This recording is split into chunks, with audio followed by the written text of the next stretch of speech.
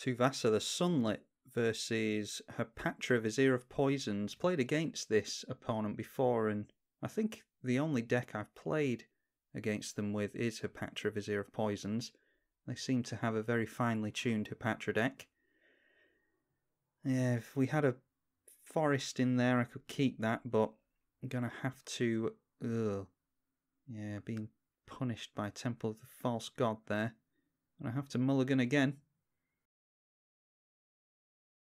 Yeah, that's not much good either. We can at least hopefully get down Ghostly Prison to slow down our opponent. They do want to swing in with lots of tokens.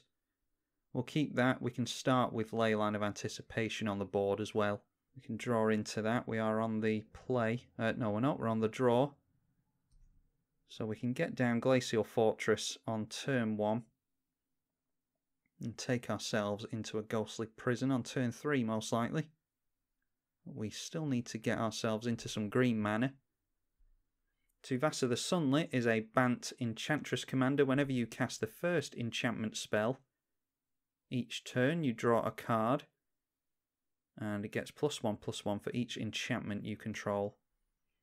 Hapatra, Vizier of Poisons, is a 2/2 in Golgari for 2 mana.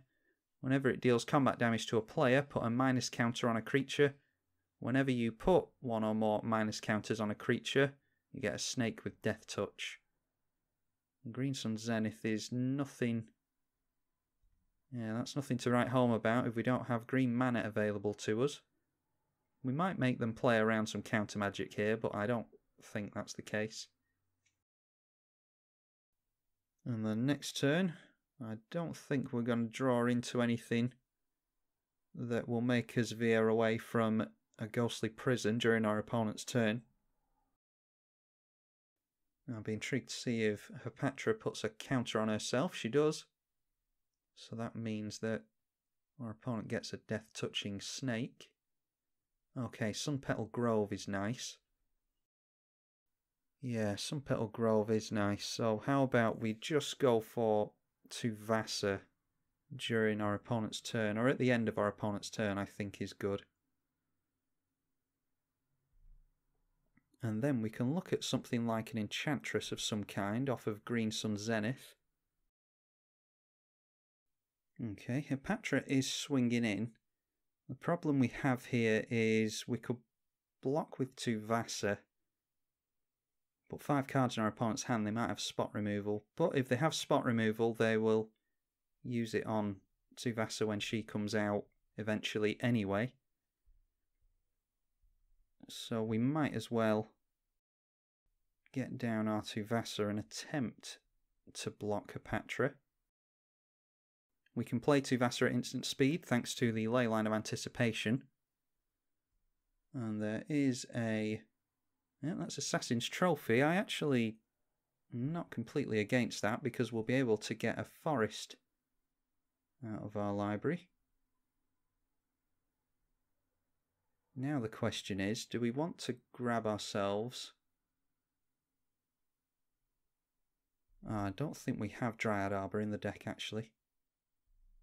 And thinking about it, I don't think I want to grab a Dryad Arbor with Green Sun Zenith anyway. I want to use it on an Enchantress creature of some kind. Putting a minus counter on the snake token just gets a fresh snake, which is untapped. Not dealing too much damage to us yet. But the longer the game goes out against Hapatra, the more crazy stuff starts to occur. Oh, and actually, just looking over at the deck list, I do have Dryad Arbor in the deck, so we could go for that. Problem is, it's a manland that Hapatra can easily deal with, so yeah, I think we're just going to stick with the plan of getting an Enchantress with the Green Sun Zenith. We'll drop down our Tech Edge. And then I think just Ghostly Prison next turn, and then perhaps we could try and get down Tuvasa again. We're going pretty slowly. But if we get down Tuvasa first, then at least when we Ghostly Prison, we'll be able to draw a card off that. And if we get into a land, we can go for Estrid's Invocation onto the Ghostly Prison and make it even more difficult for our opponent to swing in. Now the fact that they're not swinging in with Hapatra tells me that they might not have spot removal for if we play Tuvasa at instant speed, and therefore won't be able to keep us from blocking and killing the Hapatra. So that makes me lean towards getting down our commander. It's not necessarily right, but that's what I'm leaning towards because they didn't swing in with Hapatra there. It looks like that was a correct assumption. Yeah, we'll go for Ghostly Prison now because we might get into a land. And I would like to go for a land this turn so that we can try and get down Estrid's Invocation during our opponent's turn. Well, failing that, we could just go for the Maester Enchantress. Reflecting Pool is very nice. That's a Bant land as the board stands now. We'll wait and do the Estrid's Invocation on our opponent's turn. Yeah, I think I'm okay to swing in here. We can quite easily win with commander damage in some instances, so starting to get commander damage down on our opponent sooner rather than later is quite good. Now if they have spot removal for us, yep, they're going for Noxious Revival, which means they'll draw into Assassin's Trophy. I'll be intrigued to see what they go for with that. They might get rid of Tuvasa, or they might go for the Ghostly Prison. If they go for Ghostly Prison, we can Estrid's Invocation onto that, and that's exactly what they're going for. So we will go for Estrid's Invocation onto that. These prison effects are really good against Hapatra because Hapatra wants to swing in with lots of tokens. And that will become a copy of the Ghost Quarter, of the Ghostly Prison. And we do still get to use the Assassin's Trophy to grab ourselves a basic, so our opponent actually helped us quite nicely there. Swinging in, and Hapatra is most likely going to put a counter onto Tuvasa. We can easily fish out the Ghostly Prison again thanks to Monk Idealist. I'll probably swing in with Tuvasa again next turn. No, I won't. They'll have a death-touching snake in the way. Scratch that. If there wasn't a snake in the way anyway, I would have swung in, encouraged our opponent to swing in with Hapatra, and then blocked with the Monk Idealist, but that's not a play that we're going to go for as it stands now. Nevermore, I'm not sure what we want to name with that. Maybe a Carnifex Demon or a Black Sun Zenith.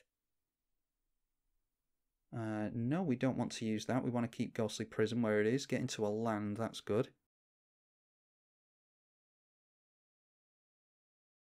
Now let's go for Green Sun Zenith for 2. That'll grab us an Argothian Enchantress. I'm going for that because it's cheaper for 1, and it also has Shroud, which is good against Hapatra. Hapatra really likes to target creatures, so Shroud makes that incredibly difficult. And that's another Enchantress piece for us.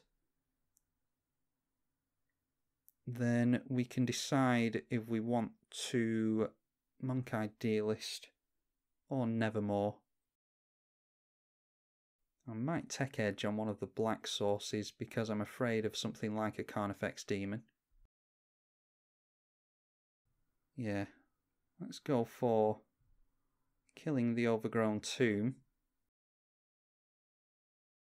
Yep, there we go. Not the best showing for Hapatra, but we didn't have the best start. I think we had to mulligan down to, what was it, 4 or 5?